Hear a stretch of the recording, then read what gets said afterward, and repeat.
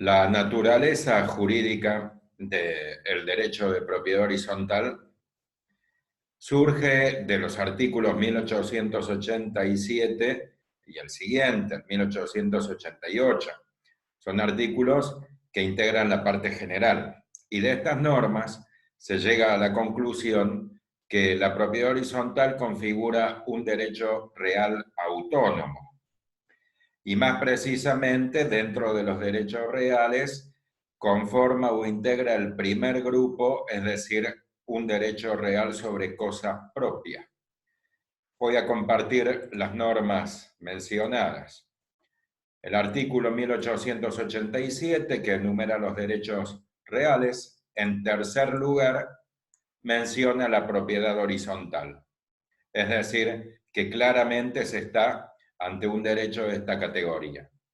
Y el artículo que sigue indica cuáles son los derechos sobre cosa propia y dispone que son derechos reales sobre cosa total o parcialmente propia, el dominio, el condominio y la propiedad horizontal. Con lo cual, no quedan dudas, según el análisis del texto vigente, que la propiedad horizontal consiste en un derecho real autónomo, independiente. Dejo de compartir la pantalla. Porque con el texto legal anterior, que era la ley 13.512, se generaban dudas sobre la naturaleza jurídica de la propiedad horizontal, porque cuando el texto legal aludía al sujeto de derecho, no utilizaba los términos propietarios ni copropietarios, sino que utilizaba el término condóminos. De ahí que se podía entender o había dudas, había distintas opiniones y se pensaba que la propiedad horizontal era una especie de condominio, que no era un derecho real autónomo. Con el texto vigente, esas discusiones, esas dudas o esos términos ambiguos han sido eliminados, con lo cual no queda duda que se trata de un derecho real autónomo, bueno, y que está metodológicamente ubicado en primer lugar, es decir, dominio, condominio y luego propiedad horizontal. Y por lo tanto, como integra esta categoría, es un derecho real sobre cosa propia.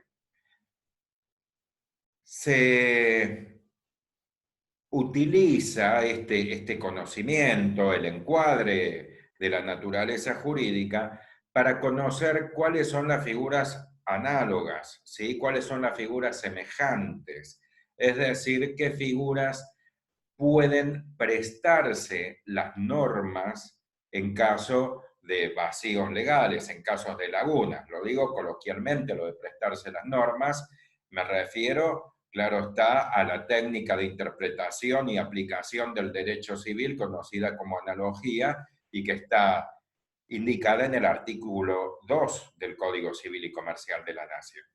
Y en propiedad horizontal, este conocimiento y esta técnica cobra una relevancia notoria, porque la propiedad horizontal es un derecho que tiene un objeto muy particular, que se llama unidad funcional, se abrevia UF.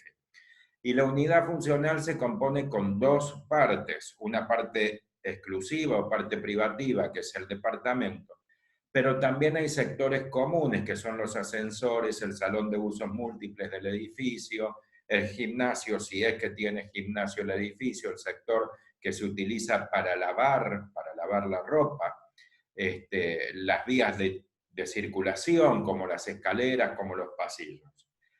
Entonces, como las figuras análogas son el dominio y el condominio, es decir, los dos derechos que anteceden a la propiedad horizontal, en caso que se detecte una laguna, un vacío en la regulación específica de propiedad horizontal, debe solucionarse el conflicto mediante la aplicación de las normas del dominio o del condominio.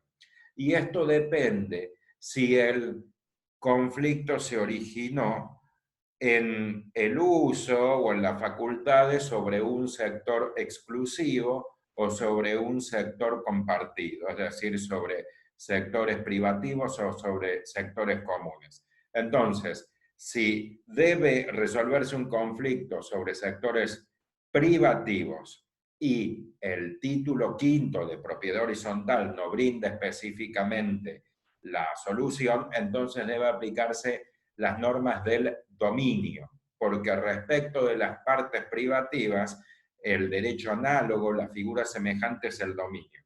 Ahora, si el conflicto se origina sobre las facultades o las obligaciones o las responsabilidades que derivan de los sectores comunes, entonces las normas que deben aplicarse son las normas del condominio, porque referido a ese tipo de sectores, como el salón de usos múltiples, como los ascensores, como las escaleras, como los paliers, la figura semejante, la figura análoga, la figura más parecida es este derecho real, es el condominio. Entonces, de ahí la importancia de establecer la naturaleza jurídica y en este caso específicamente a la propiedad horizontal.